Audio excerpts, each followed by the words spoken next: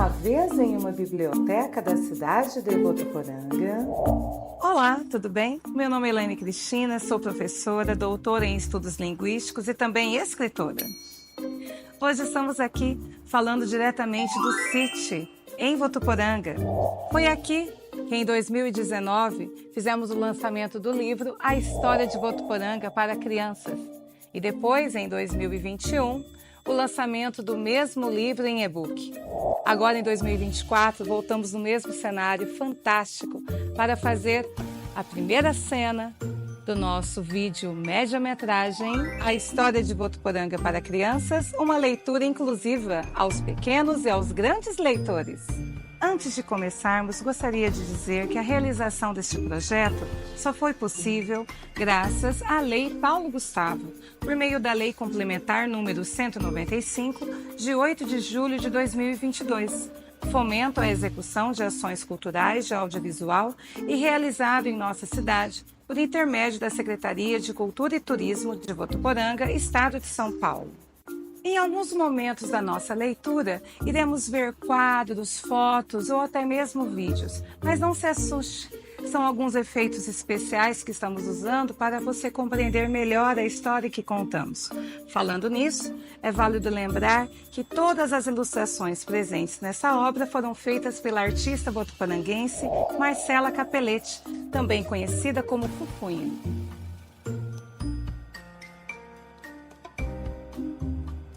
Depois de me apresentar e falar um pouco sobre o projeto, já podemos começar a contar a história do nosso livro. Isso mesmo, a partir de agora você irá viajar comigo, mais precisamente para o passado, para o ano de 1720. Vamos lá? Capítulo 1. Há muitos anos atrás, em várias fazendas de café. Para a gente entender a história de Votuporanga, vamos voltar ao século XVIII, sentindo o cheirinho dos grãos de café que chegaram ao Brasil em 1720, na província do Pará. Tamanha era a produção da planta que, além dos brasileiros, atendia ainda os lares de europeus e americanos. Enquanto conversamos, aproveito a oportunidade para te apresentar 3 quadros que representam muito bem essa época. O primeiro se chama Plantação de Café, que indica o tamanho de uma dessas lavouras em nosso país. Já a segunda obra se chama O Lavrador de Café, do pintor Cândido Portinari, e nos mostra a força do trabalho das pessoas negras no Brasil, que graças à atuação deste importante povo africano, desenvolveu muito a agricultura brasileira. Já a última imagem foi produzida pela professora e pintora Georgina de Albuquerque, intitulada No Cafezal, que mostra a atuação das mulheres neste grupo. A versatilidade da força de trabalho do café nos indica a presença não só de brasileiros, mas também de pessoas e famílias inteiras que vieram de outros países para morar aqui, em busca de trabalho e de uma nova vida nas lavouras. Agora apresentamos um desses estrangeiros, que se tornou personagem fundamental na história de Votuporanga. Trata-se da família Schmidt, que saiu da Alemanha e chegou ao Brasil em 1858. Dentre eles, Francisco Schmidt, com apenas 8 anos, já aprendeu a plantar café aqui no nosso país. Em 1890, já casado e pai de 8 filhos, pediu dinheiro emprestado à empresa alemã Theodor Willi Limitada para comprar uma fazenda. Com a venda dos grãos, adquiriu terras em Ribeirão Preto, Franca, Brodowski, Orlândia, Araraquara, Sertãozinho, Serrana e outros lugares. Com 62 fazendas, Francisco ficou conhecido como o Rei do Café. Continuando a história, infelizmente, as colheitas de café deixaram de gerar lucro por volta de 1920 e 1928. Um dos motivos foi devido à grande crise econômica de 1929. Só para contextualizar, assim como a Covid gerou grandes problemas sociais e sanitários de saúde no mundo todo, essa questão da crise de 29 foi um problema financeiro que também afetou o mundo há vários anos atrás.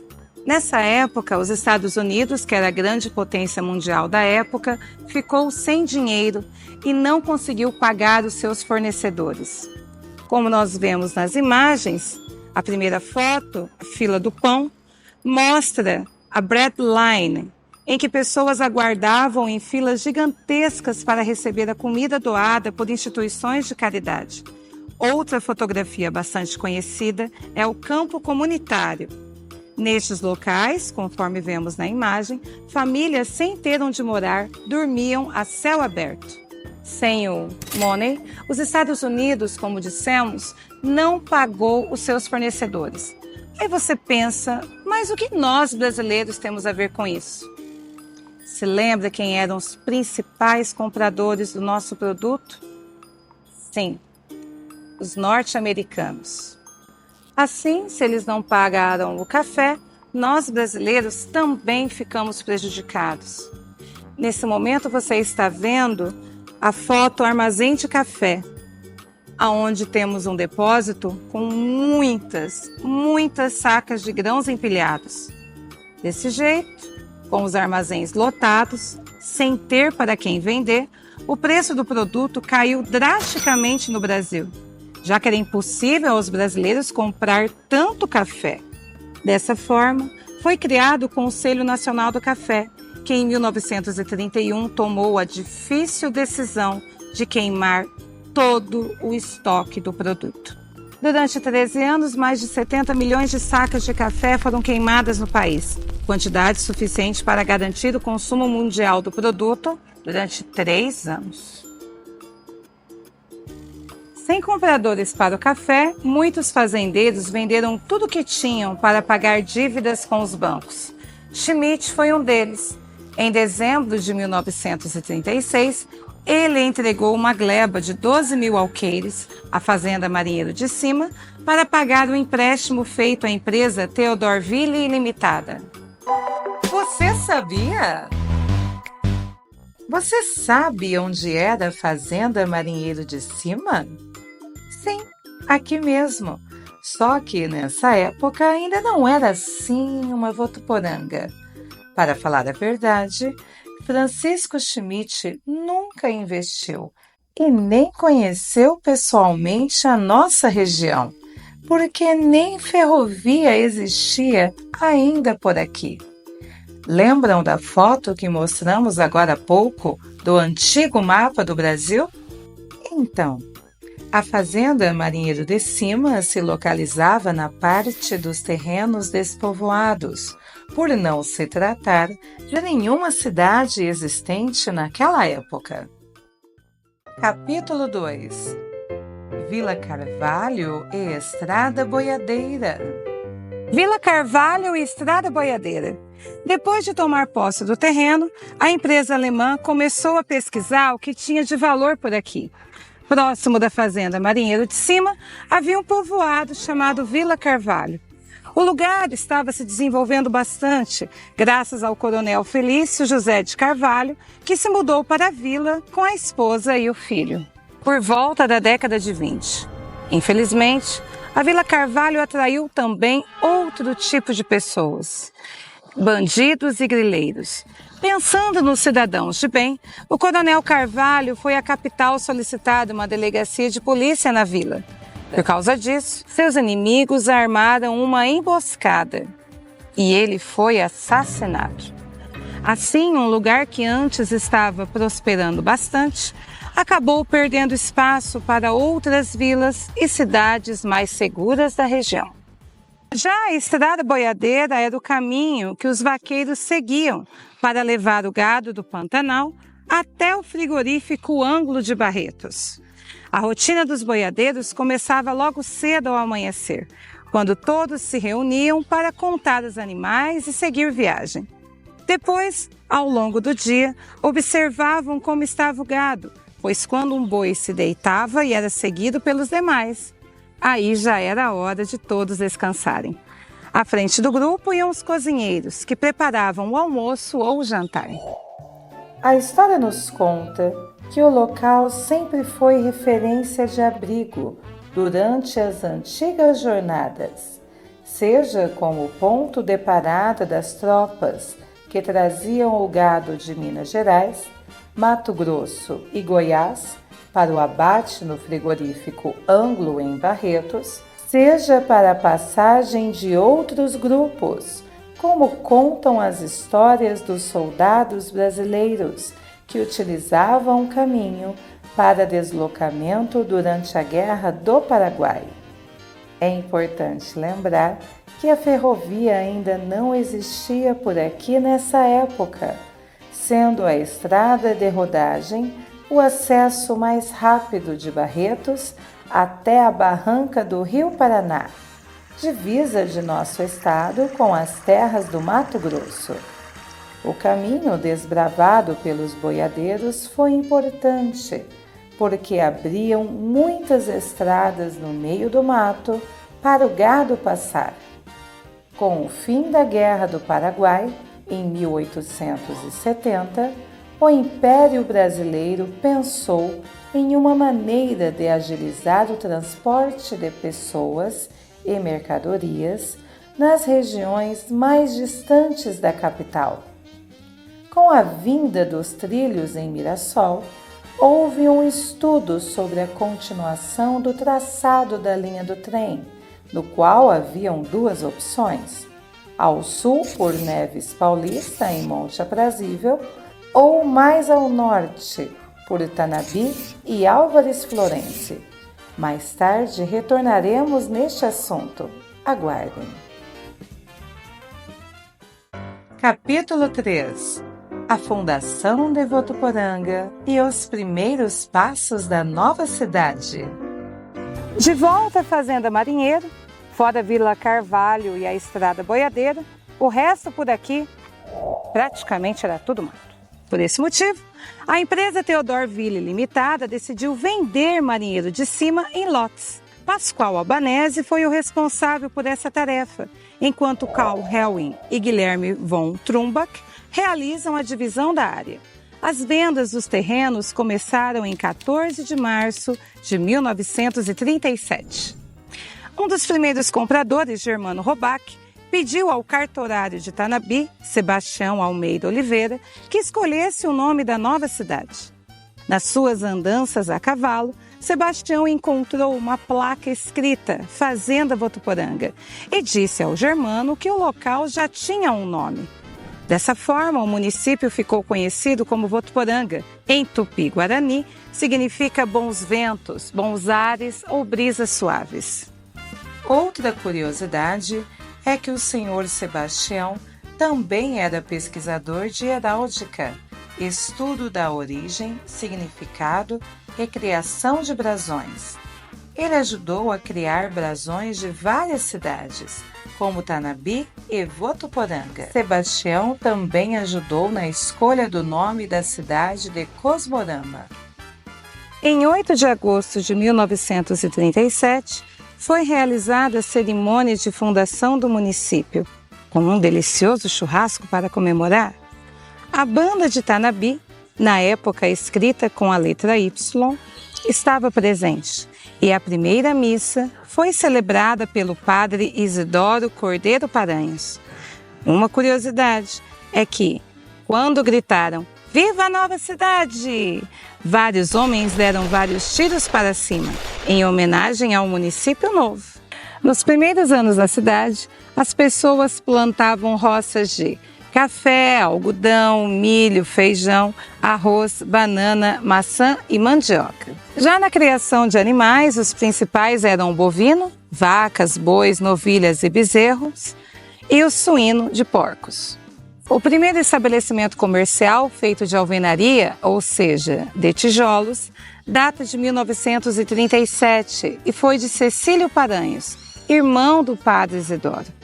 Era a Casa Paranhos, uma loja de secos e molhados que vendia desde grãos de milho até utensílios domésticos e de lavouras. Depois, Vicente Lupo instalou a primeira linha de jardineiras, ônibus e a primeira pensão.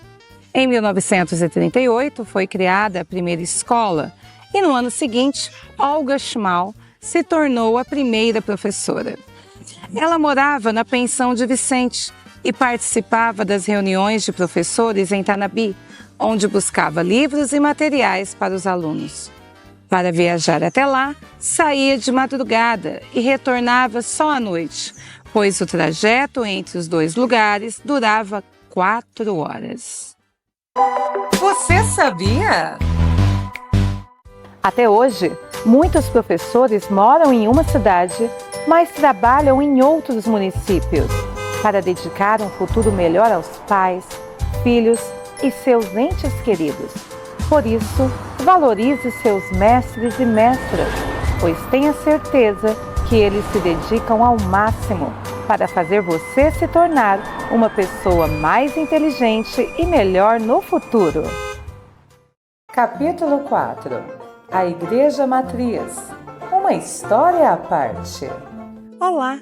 Continuando nosso documentário, hoje iremos fazer uma leitura dirigida, em que basicamente mostraremos alguns locais mencionados no livro A História de Votuporanga para Crianças. Inicialmente, começaremos pela Catedral Nossa Senhora Aparecida e em seguida apontaremos outros locais. Combinado? De forma geral, a cidade se desenvolve em torno de uma igreja e em Votuporanga não foi diferente. A história da Igreja Matriz é bastante interessante e certamente renderia várias páginas. Mas, dentro deste documentário, apresentaremos somente um breve resumo da trajetória deste belíssimo cartão postal de nossa cidade. No início da história de Votuporanga, os fiéis se encontravam na escola para rezar. Mas, quando a quantidade de pessoas aumentou demais, foi preciso buscar ajuda para iniciar a construção de uma igreja. A empresa Theodorville Limitada havia doado um lote para a Diocese de São José do Rio Preto e mais 3 terrenos para serem rifados. Com o dinheiro arrecadado, foi possível começar a construção. A igreja ficou pronta no ano de 1939 e estava localizada onde atualmente é a fonte luminosa da Praça Matriz. O primeiro pároco, também chamado de padre, foi Frei Francisco Xavier. Em abril de 1954, começou a fundação da nova Igreja Matriz.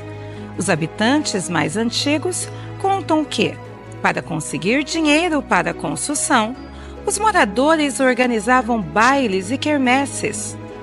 Após quase 4 anos de construção, em 12 de outubro de 1958, foi inaugurada a nova Igreja Matriz, com missa presidida pelo bispo diocesano Dom Lafayette Libânio, às 5 horas da tarde.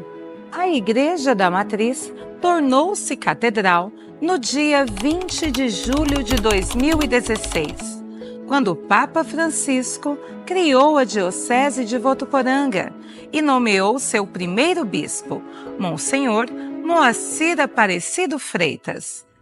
A Diocese de Votuporanga é formada por diversas cidades e, para indicarmos todas, procuramos diversos mapas da região noroeste paulista, a fim de trazer todos os municípios para vocês.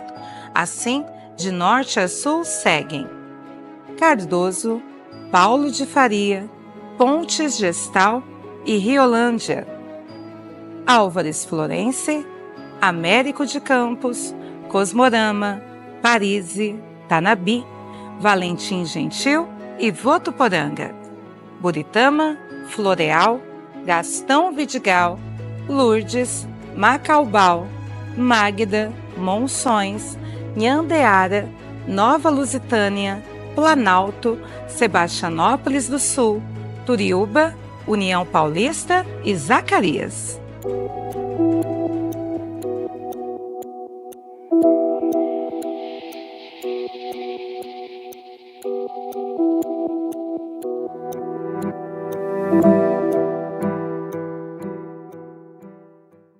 Capítulo 5. Imigrantes, a força que vem do outro lado do oceano. Além de receber pessoas da região e de outros estados, Votuporanga também se tornou morada de muitos estrangeiros que aqui vieram com suas famílias. Estamos falando dos imigrantes. De um modo geral, eles deixavam seus países fugindo de guerras e fome, além de desastres naturais, como epidemias, sempre em busca de um lugar melhor para viver. Além disso, quando o Brasil finalmente decretou o fim da escravidão, era necessário contratar mão de obra nas lavouras de café e em outros lugares. Os grupos de imigrantes que mais vieram para Votuporanga foram os portugueses, os italianos, os japoneses, espanhóis, árabes, sírios e libaneses. Quando o café entrou em crise, os imigrantes continuaram trabalhando, alguns no campo e outros na cidade. Mesmo com as dificuldades em se adaptar ao clima quente e ao idioma diferente, eles persistiram e seus descendentes ainda vivem aqui conosco ou em nossa região. Por isso, temos que valorizar essas pessoas pela coragem em recomeçar a vida, ao mesmo tempo em que dividem sua cultura e seus costumes conosco. Você sabia?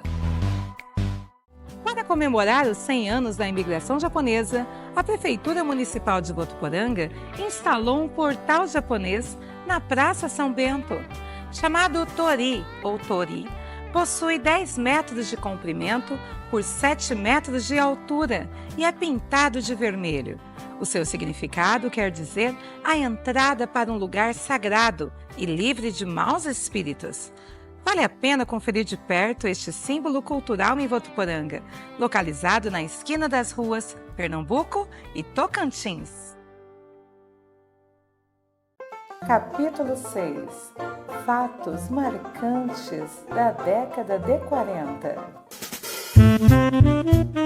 No dia 9 de janeiro de 1940, foi inaugurado o primeiro cinema de Votuporanga, o Cine Paramount.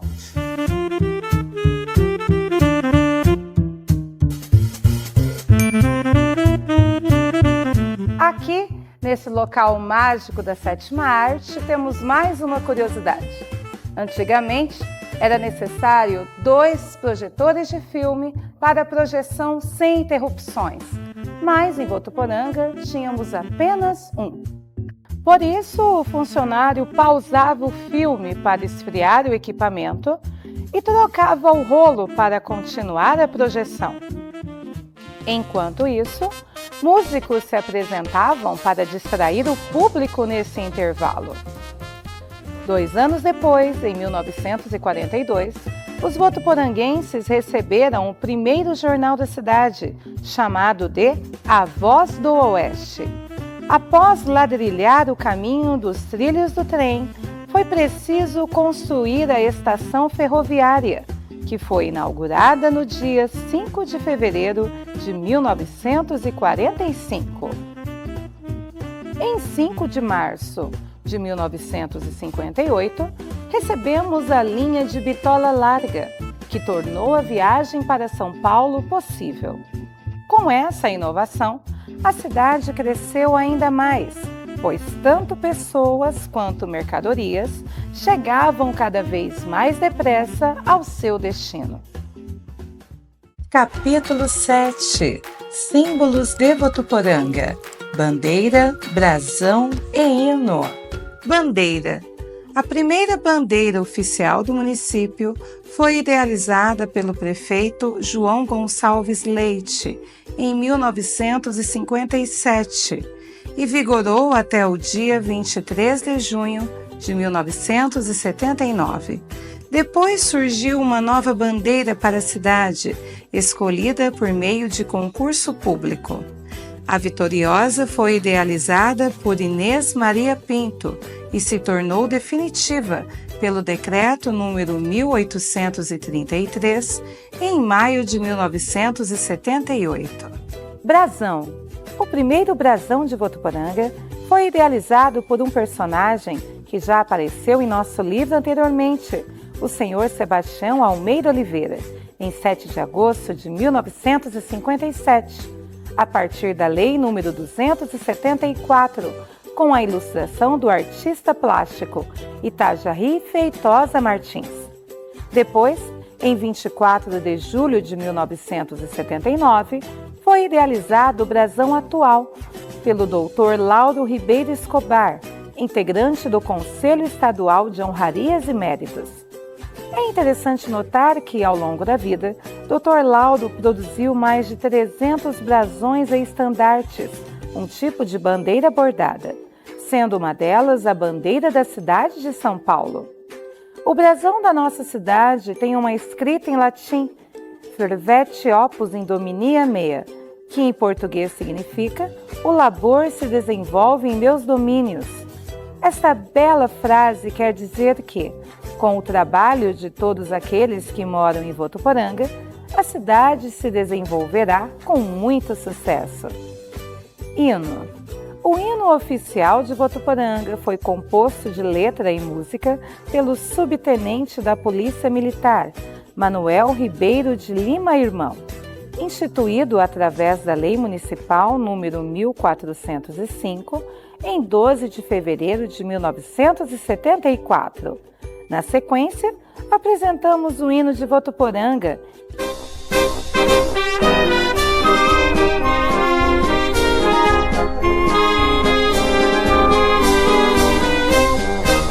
Votuporanga, recanto florido, com verdes campos, jardins naturais.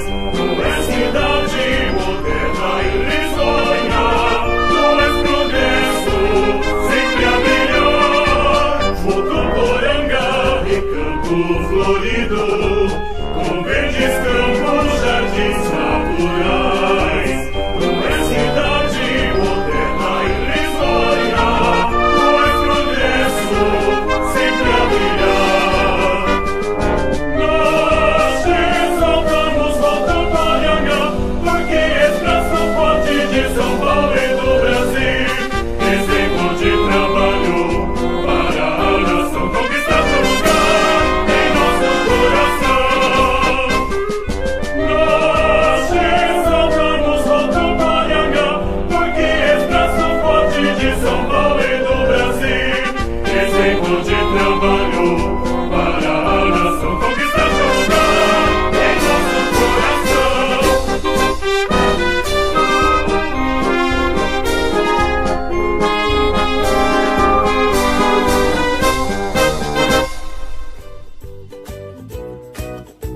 Alguns locais que merecem ser mencionados. Biblioteca.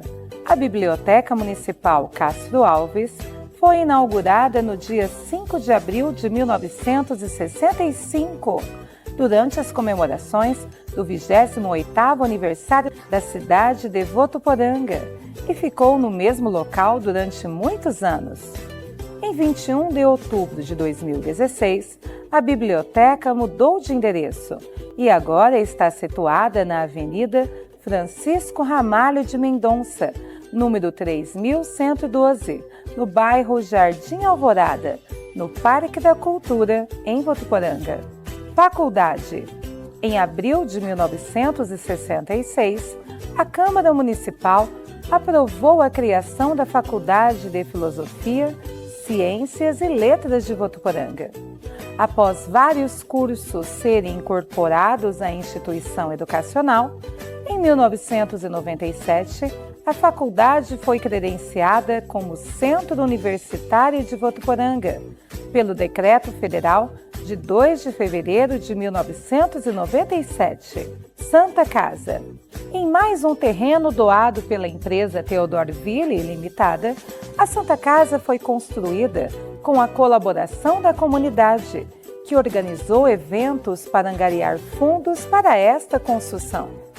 A Santa Casa foi inaugurada em 16 de abril de 1950 e, desde então, atende no mesmo endereço, na esquina das ruas Minas Gerais e Itacolomi, limites da cidade de Votuporanga. Com uma área atual de 420.000 703 quilômetros quadrados e uma população de 92.768 habitantes, de acordo com o Censo Demográfico realizado pelo IBGE em 2017, Votuporanga é uma cidade bastante grande. Conheça abaixo os municípios que fazem divisa Com a cidade das brisas suaves.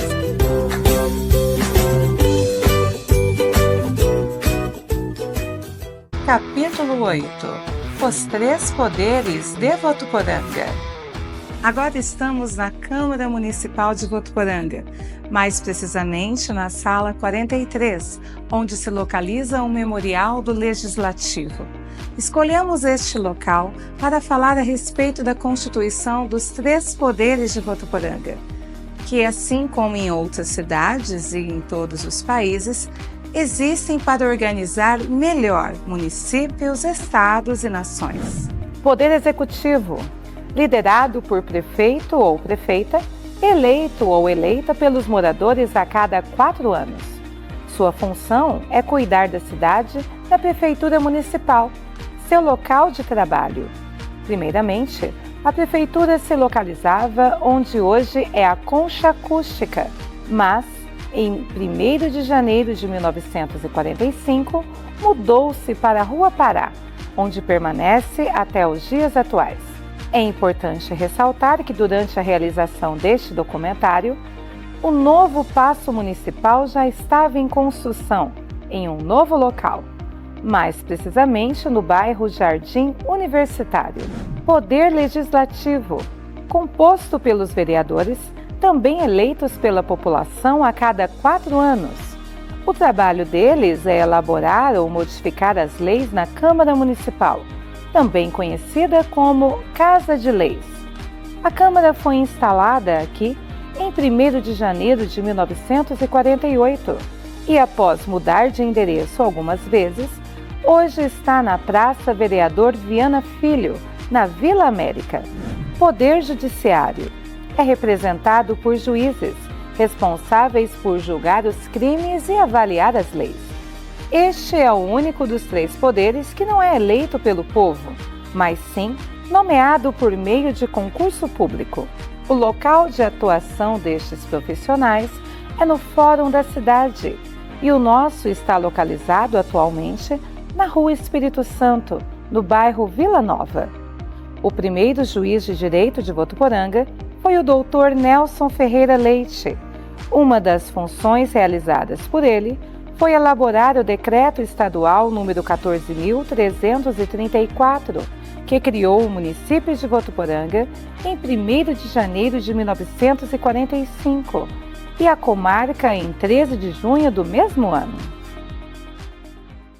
Passatempos divertidos. Eu disse divertidos. Agora vamos falar da segunda parte do nosso livro, que é composta por 11 passatempos super divertidos sobre a cidade de Votuporanga. Bora conhecer alguns deles? Neste, o seu desafio é: junte o pessoal de casa e tentem adivinhar o nome das brincadeiras abaixo. Aproveitem para conhecer e também se divertir com as brincadeiras de antigamente. Bora lá?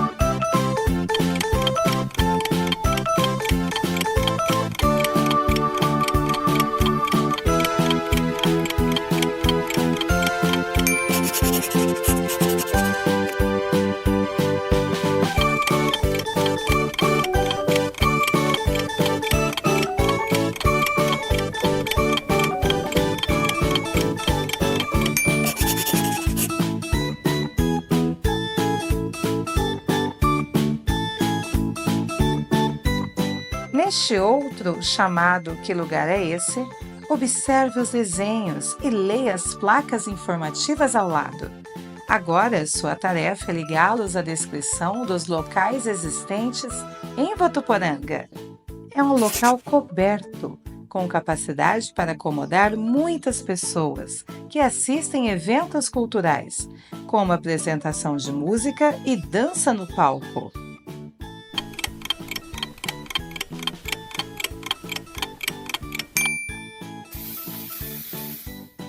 É um dos cartões postais da cidade.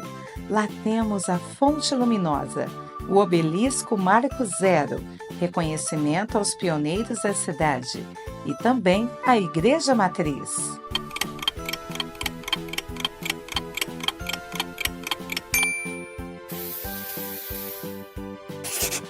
É onde se reúnem os vereadores uma vez por semana para a elaboração de leis que atendam às necessidades da população.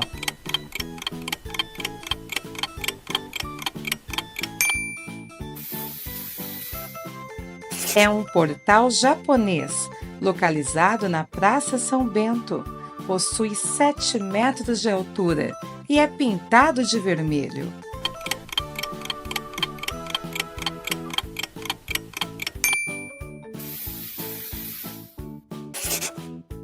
Localizado no Parque da Cultura, o Centro de Informações Culturais e Turísticas possui biblioteca, museu, sala de cinema, salas de oficinas e auditório.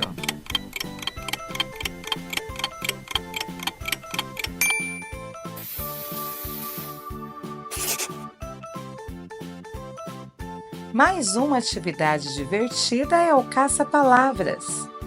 Há 10 palavras abaixo relacionadas à história da nossa cidade.